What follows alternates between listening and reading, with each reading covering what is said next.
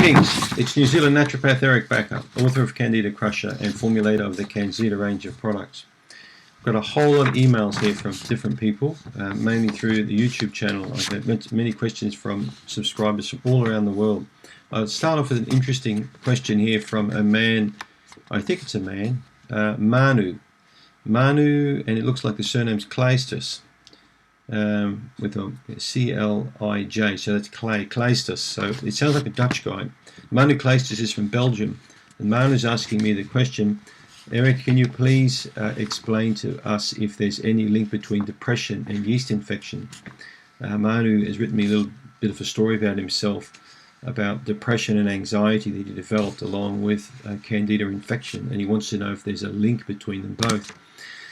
So, because he was previously not depressed, he didn't really suffer from depression. He had a little bit of anxiety, but now he's got quite a lot of depression, and the doctor's put him on medications. Well, Manu, there's a huge link between depression and Candida. In fact, many neurological issues like this, conditions where people think they need antidepressants or anxiety pills or sleeping pills, many of them actually have their root cause in gut dysfunction, and in Candida, in poor levels of beneficial bacteria.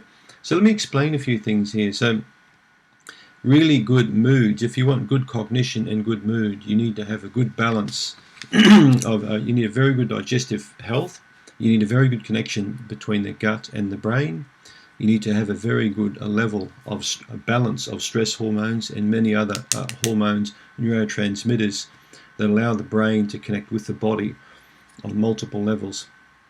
If we look at a couple of different important hormones, for example, there's one called serotonin, there's one called melatonin, there's various kinds, there's dopamine.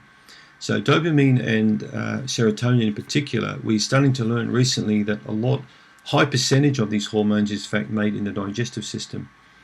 They didn't really understand until recently that the hormone called dopamine, which is the reward hormone and another feel-good hormone, in fact, up to 65% of it is created in the small intestine.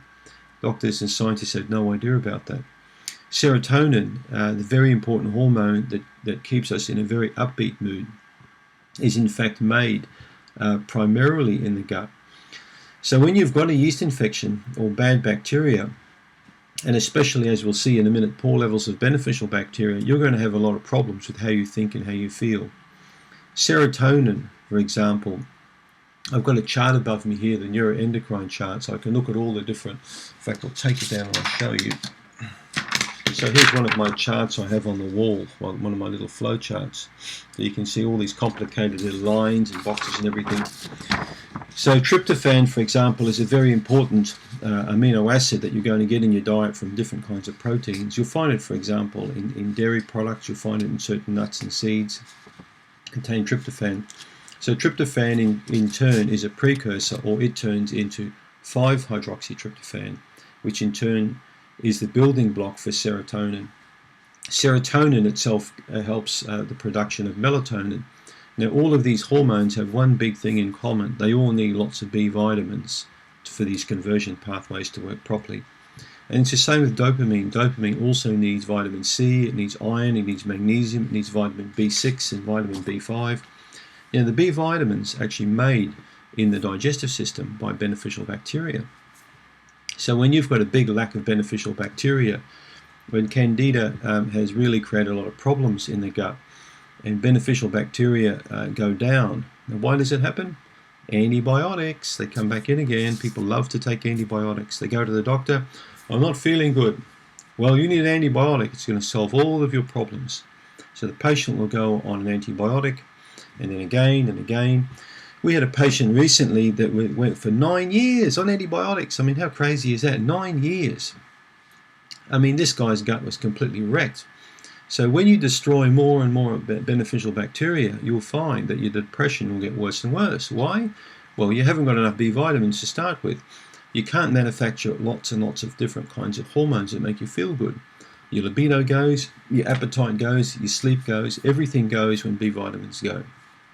One of the worst things you can do is to drink alcohol with a lack of B vitamins, because that's going to wreck your B vitamins even more. Candida also produces a byproduct called acetaldehyde, which is similar to what happens in the body with alcohol. metabolism. When alcohol breaks down, acetaldehyde is produced. Acetaldehyde can help to block up receptors in the digestive system, not allowing them to uptake dopamine, for example. So dopamine levels can be affected.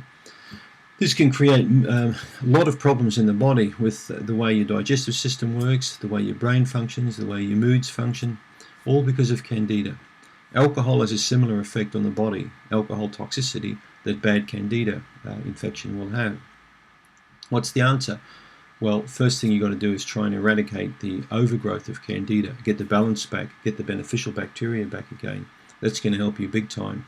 I can't tell you how many people I've seen over the years that were on medications for depression, where the depression lifted when their gut function improved. I've seen this time and again. And of course, with the depression, the gut function goes down more because these drugs often destroy the way that the gut works effectively. And then they go on more medications, and then more medications.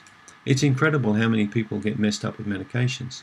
So if you've got a problem with depression, the first thing I tend to do with patients is look at the digestive function. Assess the stool properly for beneficial bacteria, because remember they produce B vitamins to a big extent. Folic acid is also produced by beneficial bacteria. Folate is one of the most important vitamins you can have to prevent cancer. So again, this can be another link between yeast infection and cancer, poor beneficial bacteria and cancer, alcohol and cancer. So I keep banging on about alcohol, and that's because I'm not a big fan of alcohol.